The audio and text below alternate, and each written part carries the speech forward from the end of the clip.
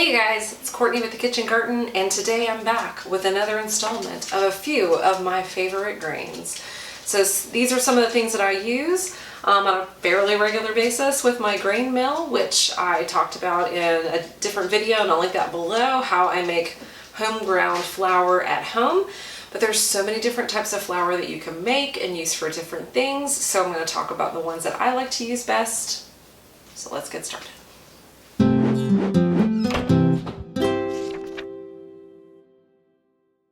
Okay, so a few of my favorite grains, and really it all depends on what you're going to be using it for. So I use a whisper mill, which is now called the Wonder Mill, and I mentioned that I did a whole video on that and how I use it. But there's different grains that I use for different purposes, and you can see I've got 7 laid out here that I use for different things, and some that I use for breads that are yeasted, and some that I used for non-yeasted breads, like muffins and things like that, cakes. Now, when I say yeasted, I also include in that category grains that I will use in sourdough baking. So I count that long fermentation process of sourdough as a yeasted bread, because it's developing and growing and rising like a yeasted bread would. So that's what I mean by that. All right, so let's start with super basic. If you're just getting started, let's move these to the side. If you're just getting started in your milling grain process, what do you want to use? And these would be my choices. So this is a hard white wheat, and it is a general, just when you think whole wheat, this is probably what you think of, hard white or hard red. You can see the whole grains there. It's beautiful, it's lovely. This is a lighter color than a hard red wheat, as you could imagine. There actually might be some hard red right at the bottom, so you can see it.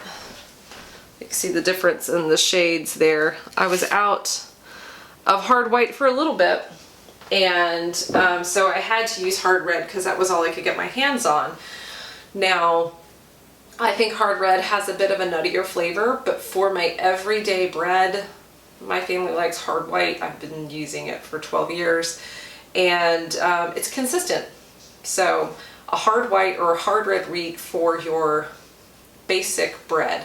And this could be bread machine bread, like a loaf of bread that you make with yeast, or it can be your sourdough. I do make a whole wheat sourdough. In that video where I milled the grain as well, I pointed out that I love the book Mastering Bread. It's got a wonderful recipe for whole wheat sourdough. It's delicious. I also mentioned this book, Artisan Sourdough Made Simple. Her loaves are mainly bread flour or all-purpose flour, but she does have a couple in here that use whole grain flour kind of mixed in. So it's also a good option, especially if you're just getting started. So let's go with the vein of, let's just talk about basics. So this is a basic bread flour, hard white, hard red. Okay, this is soft white. So hard white, soft white. Soft white is, again, a whole wheat that is softer. You'll note it's a little paler in color than the hard white. Okay, and it doesn't really feel any softer to me, like at the touch, so that's not really why it's called that. But this particular grain is perfect for things like muffins or pancakes. I don't know what else any kind of those quick breads like banana bread and things, zucchini bread, stuff like that. It's going to be great with soft white. And it's also known in the culinary world as whole wheat pastry flour. So this is what I also use to make whole wheat pie crusts, is the soft white wheat. So soft white wheat, non-yeasted things, pie crust, quick breads, muffins, pancakes, waffles, whatevs. You want to use this one. Can you use hard white wheat in your muffins? You absolutely can, because this is what, when you go to the grocery store and you buy a bag of whole wheat flour, 9 times out of 10 it's going to be that hard red wheat, unless it specifically says it's hard white. And a lot of people use this type of flour in their pancakes and stuff like that, and it's fine. I like to have them both. I like the taste of this one better. I think it makes a little bit of a lighter muffin and bread and pancake, which I like. So I like my pancakes nice and fluffy. So for starters, these are the 2 basics: hard red or hard white and soft white. Perfect.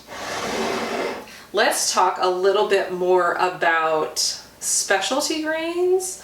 They may not be a specialty grain to you if you've been milling for a while, but if you're just getting started, you can start dipping your toes in these maybe once you got a little further in. And the first is einkorn. It's grown a lot of popularity in the last 10 years. An ancient grain in that it's got a lineage that goes way back. Einkorn and kamut are both ancient grains. I started using einkorn a few years ago, and I use it. I don't use it as much as I use the hard white. I'm a little bit more consistent with the hard white. I have used it for bread, loaf bread, and cinnamon rolls. I find that it doesn't have as high of a gluten content, so my breads lack elasticity in that dough phase. It's just something you would have to get used to, and so I do use it, but I just haven't taken the time to make it my primary grain. But it's got all kinds of great things going for it as far as how good it is for you. And there's lots of research out there about people who have switched almost exclusively to using einkorn, and so I can post those below if you want to go down that trail as well. Okay, another favorite, and you'll notice these bags, almost all of my grains I buy from Azure Standard, which is I call a mail order food, but they sell a lot of grains in bulk. They sell a lot of foods, and they don't ship it directly to your door, but they have drop-offs, and so you can put in a big order and you don't have to pay all that shipping for it to come right to your house, and you just go pick it up. And so that's been super convenient for me, because you can order once a month, and you can order all kinds of large bulk bags. I usually get a 45-pound bag of organic brown rice a couple times a year, because I love to have some baked brown rice for my family for dinner, or large bags of oats, things like that, that are great to buy in bulk and to store in bins. I buy from there, and so I get almost all of my grains from there as well, because we just live in a place where I don't have a store that's going to offer these things.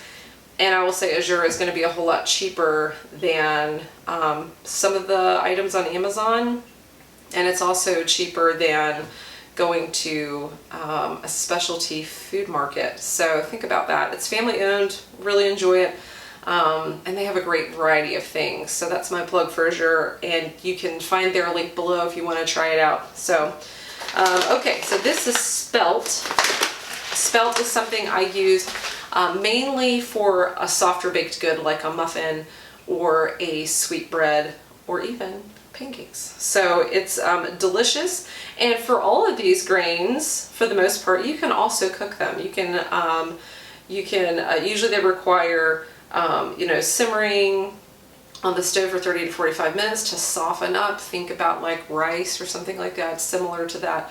And they can then be added onto salads, or they can be mixed with fresh chopped vegetables and some oil and vinegar, and delicious ways to make it. It doesn't always have to be ground into flour. There's great variety in the way that you can eat these grains.